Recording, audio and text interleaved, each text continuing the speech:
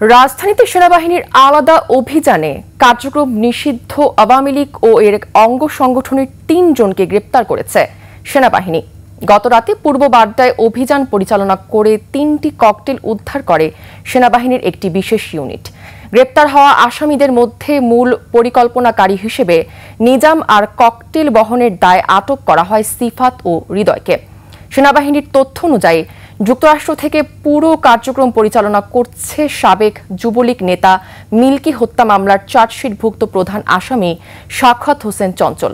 এর আগে গেল ২৪ সেপ্টেম্বর রাজধানীর তেজগাঁও ও ফার্মগেট এলাকায় কার্যক্রম নিষিদ্ধ আওয়ামী লীগ ও এর অঙ্গ সংগঠনের নেতাকর্মীদের ঝটিকা মিছিল থেকে ২৪০ জনকে আটক করে ডিএমপি, ডিবি ও সেনাবাহিনী।